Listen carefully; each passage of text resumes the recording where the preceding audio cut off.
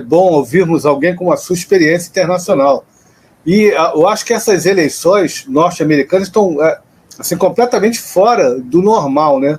Nós já temos candidatos, já escolhidos em março, coisa que às vezes muitas das vezes teria que esperar até junho, julho ali, né, até o limite para saber quem eles iam escolher. O próprio Biden, né, foi desse jeito, né?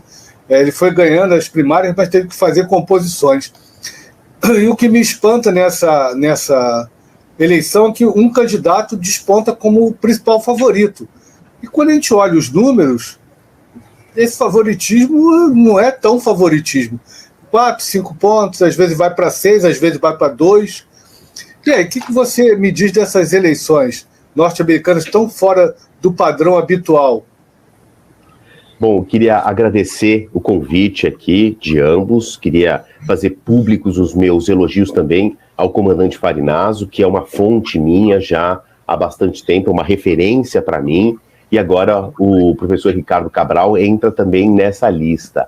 Bom, gente, para a gente falar de eleição americana, a gente tem que entender um pouco do contexto. Eu acho que eu estou falando com um público muito ambientado com esse tipo de temática, mas é bom a gente colocar algumas diferenças, professor Cabral. O senhor está falando de pesquisa eleitoral. E eu cubro eleições há muito tempo, seja no Brasil, na América Latina, nos Estados Unidos, na Europa Ocidental ou Europa Oriental. E cada região tem a sua característica. Só que os Estados Unidos são completamente sui generis. Até porque tem um processo eleitoral completamente particular e é bom a gente entender que existe a obrigatoriedade do voto, e no caso dos Estados Unidos, não existe a obrigatoriedade do voto. Então, eu estou colocando isso como uma baliza para a gente também entender como funciona a interpretação das pesquisas eleitorais. Eu já trabalhei muito diretamente com pessoas aprofundadamente ligadas em pesquisa. Eu sou daquele grupo que acredita muito na matemática da pesquisa, embora tenha o conhecimento de que as equações precisam ser revistas, porque a sociedade não é mais a mesma, a gente tem agora novas tecnologias, a rede social, a velocidade de transmissão da comunicação, e isso impacta na opinião pública e na opinião do eleitor. Então, os métodos de pesquisa, eles têm de ser revistos, atualizados. Eu não estou dizendo que eles são errados, mas que eles já envelheceram.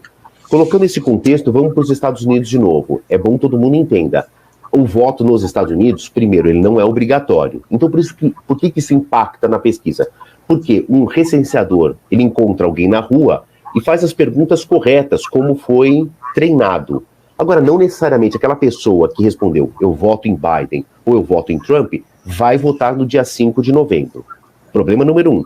Problema número 2 é o que aconteceu com a Hillary Clinton e em outros momentos na história americana. É mais raro, mas acontece. A Hillary Clinton teve maior número de votos absolutos, mas os estados têm pesos diferentes. E Donald Trump foi eleito presidente porque ele venceu em estados de maior peso. E lá tem a regra do the winner takes it all.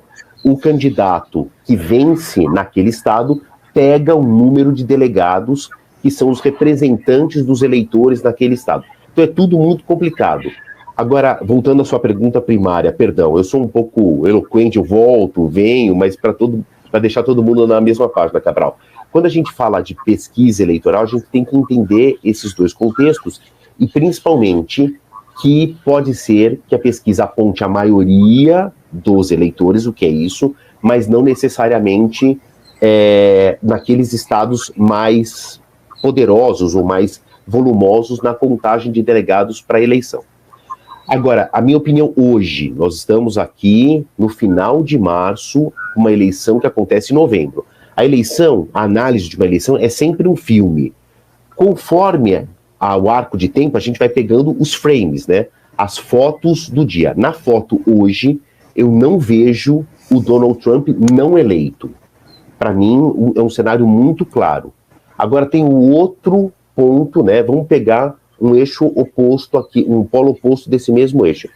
Vai ser uma eleição muito pautada pela rejeição. Mais uma vez, a gente teve isso também na última disputa Joe Biden e Trump, o que é raríssimo da eleição americana, uma repetição de chapa, mas também houve um grande dado de rejeição. E agora a gente também tem que entender a rejeição dos dois. Mas o Trump está um passo importante na frente.